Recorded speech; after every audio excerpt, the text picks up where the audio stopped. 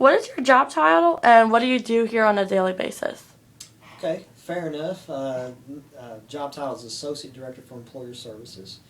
And on a daily basis, you'll see me doing a little bit of everything in the office. I'll meet with students on a daily basis to help them get their resumes together, practice. We do mock interviews with students, meet with students who haven't decided yet what they want to major in, or they may be thinking about a certain type of major and want to know what kind of jobs kind of go along with those majors and who recruits those majors on campus.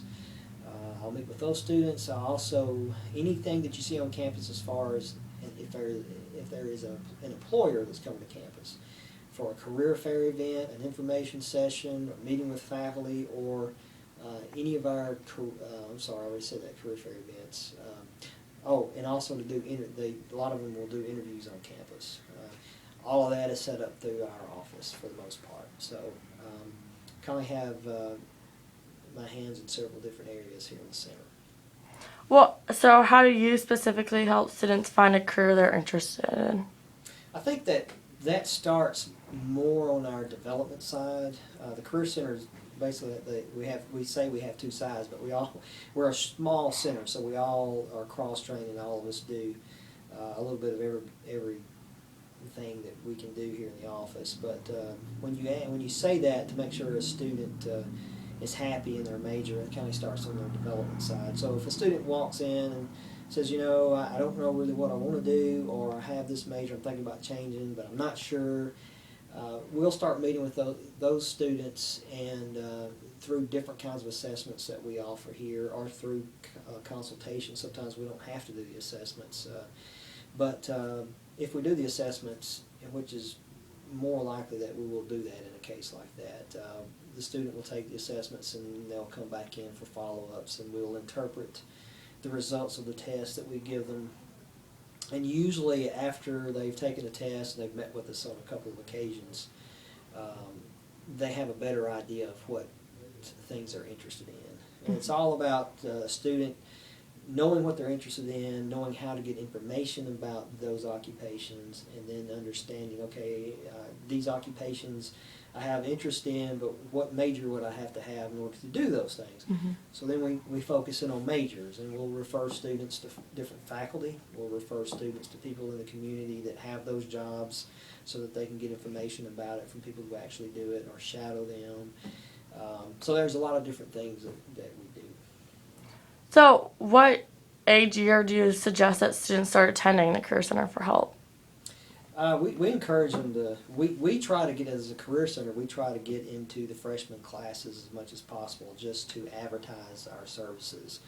Because we know that a student's going to change their major 3 and 4 times. Okay, statistically, that's what's going to happen. And we want to try to prevent that from happening. We want a student to be happy with what they choose. We know if they're happy in what they choose, they're going to stay here at Ole Miss, and that's all about retention, which is a totally different avenue to discuss. But as soon as we can get in, we'll talk to orientation sessions during the summer for the incoming students, and even though they're not really listening to us, at least the parents know, okay, yeah, I can send my student there. So we try as much as we can on the front end for students to understand what all we do here.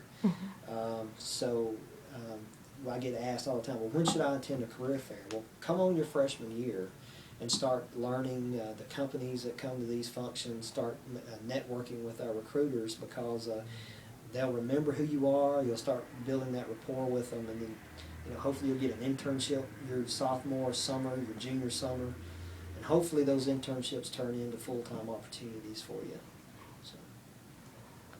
As the job market is becoming increasingly competitive, what do you think are some key ways for students to ensure a job after graduation? Yeah, that's a good question, and you're exactly right. There are jobs out there. That's the good thing, but it is more and more people looking for jobs, and certainly you have to be as competitive as possible.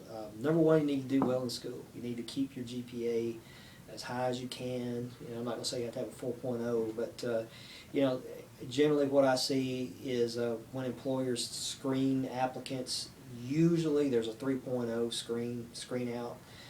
for their entry-level positions. And that's not, I'm not saying that everybody should have a 3.0 either, because sometimes students that may have a 2.5 who have worked community service, done an internship, if that student's got a 2.5 and they have some of those skill sets, and you've got a student that has a 3.0 or 3.2 and they've done nothing other than take classes, employers are going to talk to that 2.5 student, because the 2.5 student's been able to juggle, balance, got some kind of work ethic. So sometimes those things trade each other off.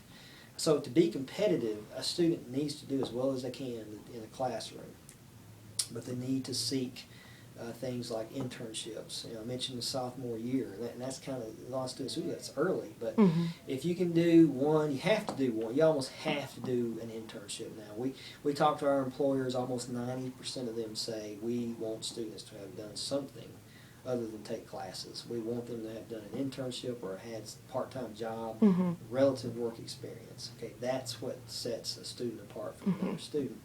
And sometimes students, you know, they don't have a lot of time to do, they may not can work, but there are other things a student can do. They can be involved with campus organizations and clubs. They can do community service and outreach programs. They can volunteer, and all of those things are looked at positively too. So a student has to, you know, they have to go to class, have to keep those grades up, but they have to do these other things too. I'm sorry. Do you think students are fully prepared for their job field when they do graduate, or at least at Ole Miss? I think that our faculty, our programs certainly prepare our students to be successful as they move on. And I know a lot of the different schools on campus have advisory boards where they invite alumni in who have jobs in the industry, and they get ideas from them as to, you know, what classes should we be teaching here, what would be helpful. And I think as long as faculty are open to those kinds of communications, you know, we'll continue putting a product out there that people will, yeah, let's go recruit the Ole Miss kids because they're very knowledgeable in this area. And I'm forgetting another question. I'm rambling a little bit. What was? Oh, well, I was just thinking if they're prepared when they do graduate. Yeah, are they prepared? Yeah, I think Ole Miss does a great job of preparing students. Do you know the percentage of Ole Miss students who find jobs right out of college? I'm choke here. We do a postgraduate survey with the students now. It is self-reported data, and there's always a problem with getting a considerable number of surveys back. We have not sent those out to this year's class. Those will go out I'm waiting on the registrar's office to actually send me the graduation list so that I can send that to our graduates. But if I look back over the last 3 or 4 years, upon graduation, it looks like, and I'm going to give you, this is last year's results, but almost 38 to 40% of the students will have a job opportunity when they graduate. Another 20-25% will be looking at graduate programs. This year's class, just on a preliminary thing that I've done already, looks like about 30% of them are looking at graduate programs. And then you've got a small percentage of students that aren't doing anything. I haven't figured that out yet. Those are the students that tell me, I'm going to Ireland to backpack for a year. Hey, God bless them, okay? I'm glad they're able to do that. But anyway, we have a small percentage of students that will do that. And then we have about 30% are unemployed. This year's class, it's hard for me, I can't answer that. But on average, if you look at national statistics, we're right there, right along with everybody else. What I wished we could do is we have no way to follow up with students. A lot of schools have a system in place like 6 months after graduation. You're going to find that 90% of the graduates have found positions. But I can't say that we do because I can't get that information. Because 6 months from now, their emails are no good. And You can't get a hold of them. So we struggle with that. We're in the process of some talks now with our institutional research people to try to enhance that, because the the way federal laws have changed so much, there's going to be more and more demand that somebody on campus be able to answer those questions. So, and the only way, I feel like the only way we're going to be able to get that information is if it's mandatory that graduating students complete it.